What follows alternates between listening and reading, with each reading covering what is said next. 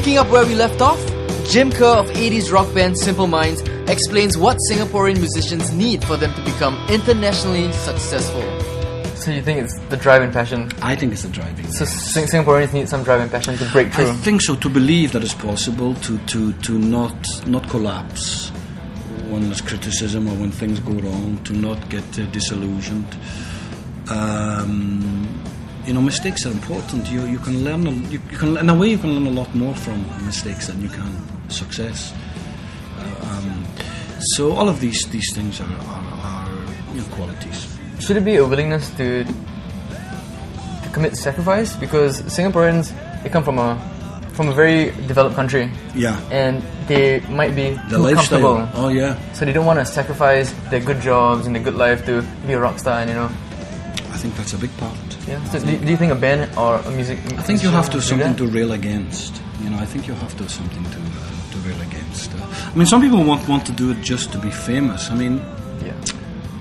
In a way, that's not enough. Certainly, maybe I don't. Or maybe it's just something I don't relate to. To be an artist, I think you have to want it somewhere fundamentally that rises above everything else.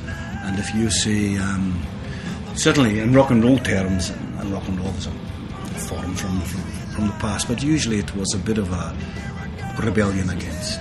Usually it was a call for change, even if it was a superficial change. It was usually something against, even if it was against the previous way of music. So, but yes, if you say, I think if you're very, very comfortable in your life, then maybe that's enough.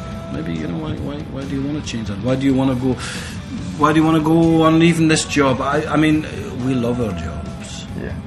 We feel very. And I used to think, I would see other artists, they would complain, and I would think, they don't appreciate it. And then I realised that it wasn't that they didn't appreciate it; they just were not really suited for it. I was suited for it. I don't miss things. I don't miss my food back home. I see my friends when I see them, my family.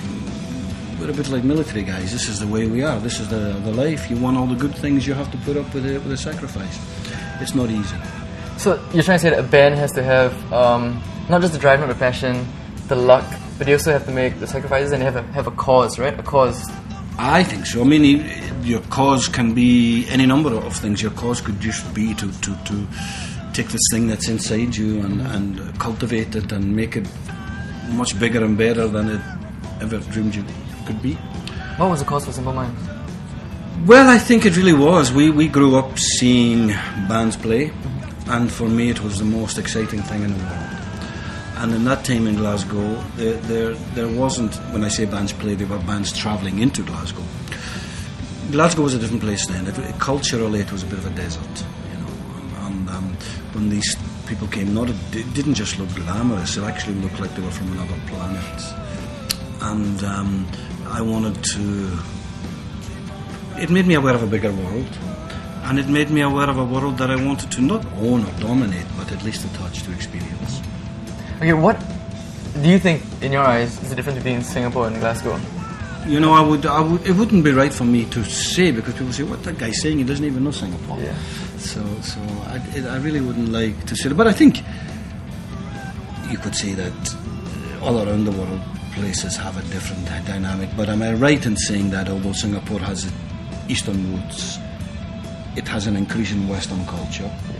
And so therefore probably, when it comes to music, when it comes to fashion, when it comes to design, when it comes to media, probably share the same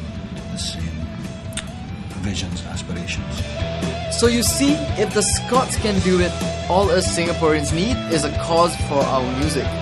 Check out the next part as we find out the secret to the 30-year band relationship.